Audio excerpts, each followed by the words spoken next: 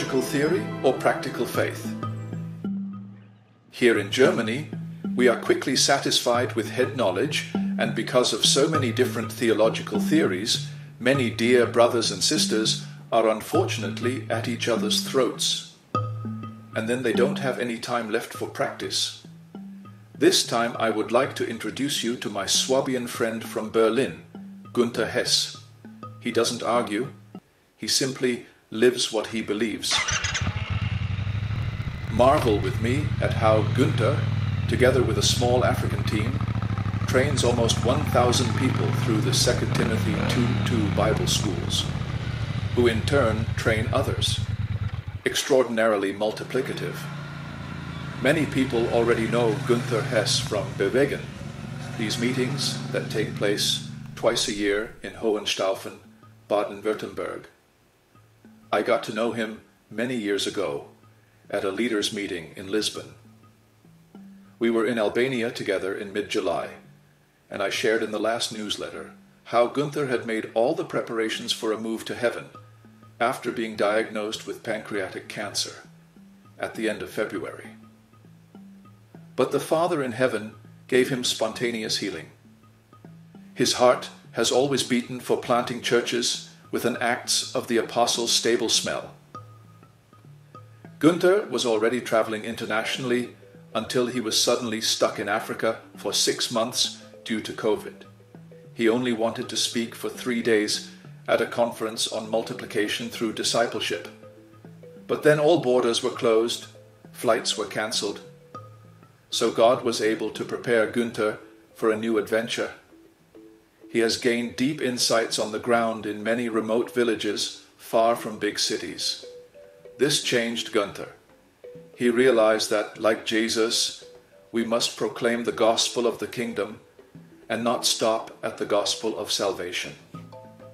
Along his many travels, house churches, an unusual Bible school, and many practical projects off the beaten track were established, families have been healed and have been able to improve their lives through micro-enterprises. Hundreds have come to faith. Günther recently sent me the following, which underlines this kingdom dimension. To be able to implement this kingdom dimension more concretely, a strong inspiration for me comes from Deuteronomy 33:18-19, where Issachar experiences God's blessing in his tents. I can't help but think of the many house churches that we establish while Zebulun is out at sea. Rejoice, Zebulun, when you set sail, and you, Issachar, rejoice at home in your tents. Zebulun and Issachar invite nations to the holy mountain and offer sacrifices there that please God. They become rich from the trade on the sea and from the treasures they bring up from the ground. Zebulun and Issachar bring people who are far from God into his presence. They are taken to the mountains that symbolize God's reign. There they learn to offer sacrifices of righteousness, such as praising God, doing good, bringing people to God, loving others, and offering prayer like incense. As a result of their faithfulness, everyone benefits from the abundance of the sea and the hidden treasures in the ground. This happens very practically in our 2T22 school, with rosemary fields, human fishing, and fish farming projects, and also in a hairdressing evangelism school. What makes up the 2T22 School of $1,000? Everything is geared towards multiplying the kingdom of God, as Paul explains to Timothy. What you have heard from me in the presence of many witnesses, entrust to faithful men who will be able to teach others also. 2 Timothy 2:2. We mostly support young people in remote villages, with teaching, often in cross-denominational groups, and establish house churches. This takes place in several countries in East Africa. Each group receives spiritual and practical training. We teach them to listen to God's voice, to manage money with a 5-pot system, and to plan a micro-business. Such practical projects include raising chickens or pigs, growing zucchinis or onions, fish farming, making Bible covers, and soap production. There is also a carpentry training workshop. Depending on the individual skills, there are no limits to the creative ideas. In this way, we achieve that the life situation of the students improves through the lordship of Jesus, both in the spiritual and in normal life. Because practical change is seen, many people come to Jesus. Non-Christians are also involved in these projects. They like the training. They get to know Jesus along the way. These first experiences of being able to rule over circumstances are very gratifying for the 2T22 students. I often hear, "I didn't know what I could tell others about Jesus." Now, the lessons give me confidence. I also remember the story of a woman from northern Uganda. A single parent and almost destitute, she had difficulties with her unruly children. As a 2T22 student, she was inspired to create an onion field. She read the lessons to her children, and gradually their behavior improved. The yields from the rented field brought in extra money for food. When she told them about it, she wept with happiness. Pray along what is currently happening in Günther's work.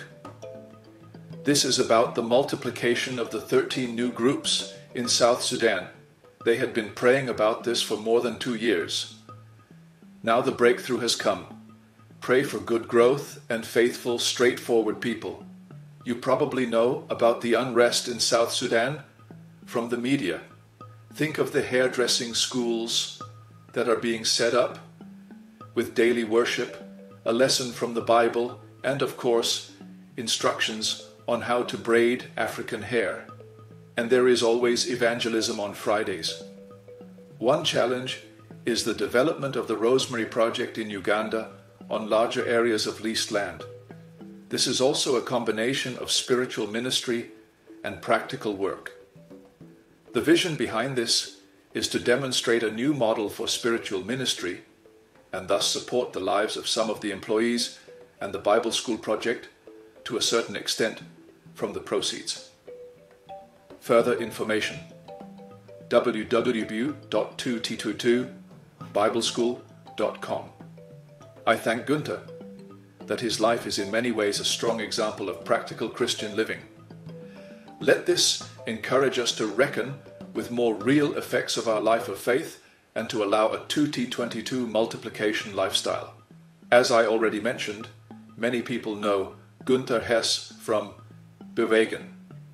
The next of these meetings will take place during the Reformation weekend at the end of October 24th and will have the motto, "Do you know Christ?"